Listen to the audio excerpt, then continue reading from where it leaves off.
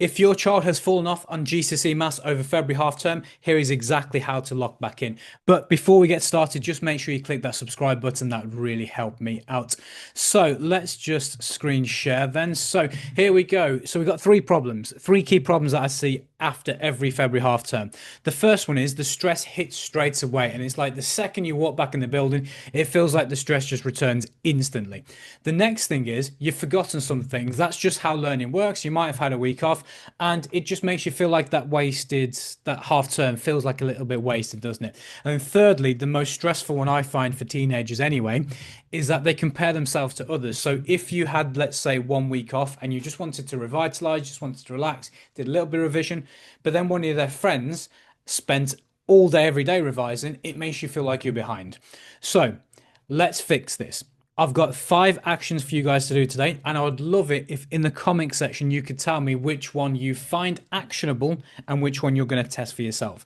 So the first one is do a reset session. Don't go straight back into revision. If you were revising for say 30 minutes the day before, you took some time off and then you go straight back in for that, it's going to feel too much. So let's have a reset session. Choose one topic, choose a set amount of time. So I know I said about 30 minutes. Let's just reduce the time just a little bit, get some easy questions. And this is just about reconnecting. It's about building momentum. It's not trying to prove anything. The second action is expect forgetting. Because if you forgot something, it means you learned something in the first place to forget. And that's just how learning works. So forgetting is not failure. It's just part of learning. So I want to revise one old topic briefly, calmly, and you'll be surprised by how quickly that comes back. So, for example, if it took you 1 hour to learn something, if you go and revise it again, it'll only take you 20 minutes. But then a week later, if you go and revise the same topic, it'll only take you 10 minutes and then 5 minutes, etc. Next, the third action is block out the comparison.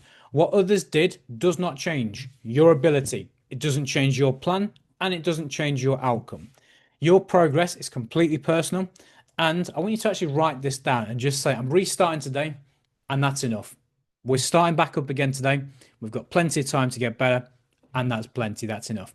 The fourth action is just rebuild your routine slowly. So, like if you did before, you were doing, say, 2 hour sessions a day, and then you go straight for a week off and then straight back into 2 hour days, that's not going to be any good for you, especially on the back end of 5 hours, 6 hours at school.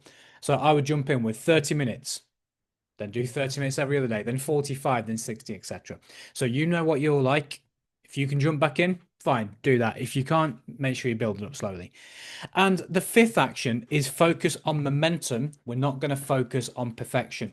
So if over half term you've decided to write a revision plan and it's 6 days a week, sometimes if we don't do a day, it makes us feel like the whole thing just falls flat on its face, doesn't it? That's perfectionism and it doesn't help us. Perfectionism is a flaw and it's something we need to work upon.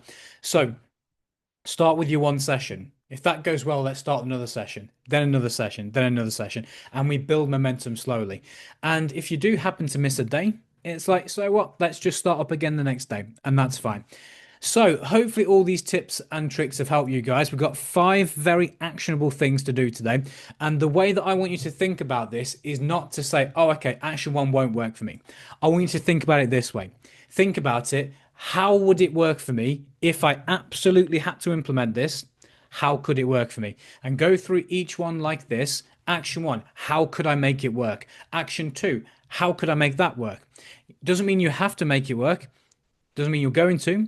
Doesn't mean you're going to try it. It just means if you had to make this work for you, how could you? And that'll expand your mind, and you'll be surprised by how many more tips you can pick up. So, hope that all made sense for everyone. If anyone needs any extra help, you're more than welcome to either book yourself in a free session on my website. The link's below in the description. Or if you want to go one better, you can try 7 days on my school program, which is all my live lessons free for 7 days. And after that, it's only £59 a month. So you might as well come and try the 7 days. Right. Thanks, everyone. And I shall see you guys in the next video.